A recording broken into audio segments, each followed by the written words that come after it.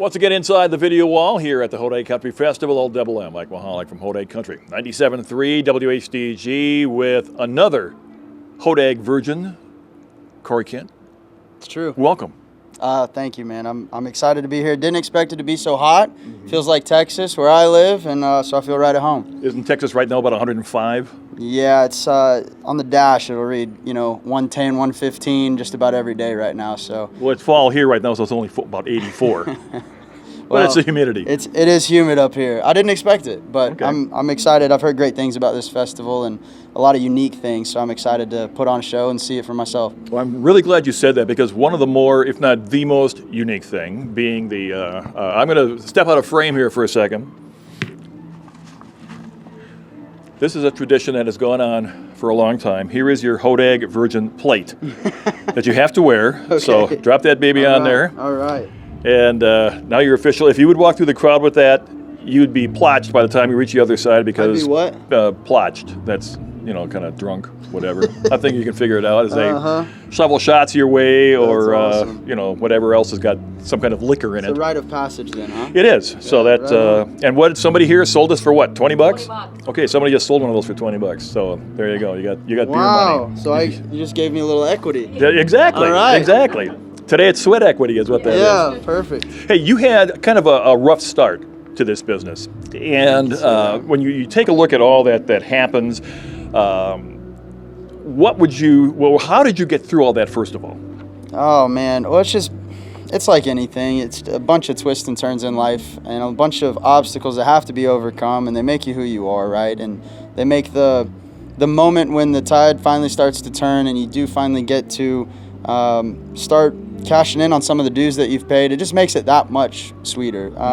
For me, I've got a wife and 3 kids, and during COVID, I had to go to work for a pavement company, right. And this is after having been on national television for music. This is after having written #1s in the state of Texas. This is after years and years of being a full-time musician and taking care of my family.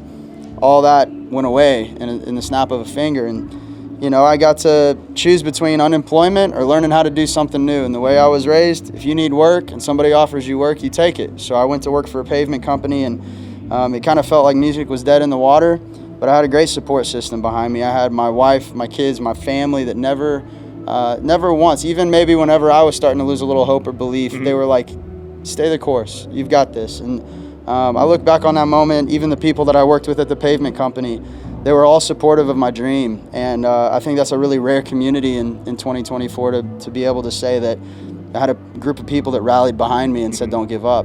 And so that's what I attribute it to, is the support system and this unwavering relentlessness, knowing that that's where I'm going, and I don't know how I'm going to get there, but I can't stop until I get there.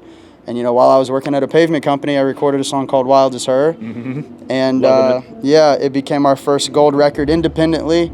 Got us a bunch of record deal offers, went to the radio, became our first platinum #1 single. So it's a long up and down winding road, roller coaster ride to get to right here, but I feel like we're just getting started. That's kind of what you would probably give the advice to someone who's in your position a couple of years ago. The same thing, right? Just hang on. Well, yeah, the people that I see win in the music industry are the people that they're talented, and there's a ton of talented people, but the thing that separates the talented from the ones that make a name for themselves are the ones that never quit. Like the people that are relentless, the people that when everybody else throws the towel in, they're still going at it. So that's my story. That's the testament of why I am here, is there are a lot of other people that quit along the way, and we just didn't. You've got a pretty aggressive tour schedule going through the summer. How do you find the time? I mean, you've written great songs. You're continuing to write great songs. How do you find the time to, kind of a twofold question. Where do you find the time, and is there one that you like a little bit better than the other? In terms of writing and playing? Well, I find time now I used to, years and years ago, I lived in Nashville, and I ended up getting dropped. I lost my job writing songs, and that's when I moved to Texas. And so now I live in Texas, and I bring some of my favorite writers out to our ranch, and we just hold up for 5-6 days and write as many songs as we can. So that's something that I didn't used to love, was writing songs, as weird as that sounds. I've always been a live performer. That's why I got into music, was live music. Writing songs was the means to an end, so that I could play the songs live. Right. now I've found this rhythm where I love who I write with. They're some of my best friends.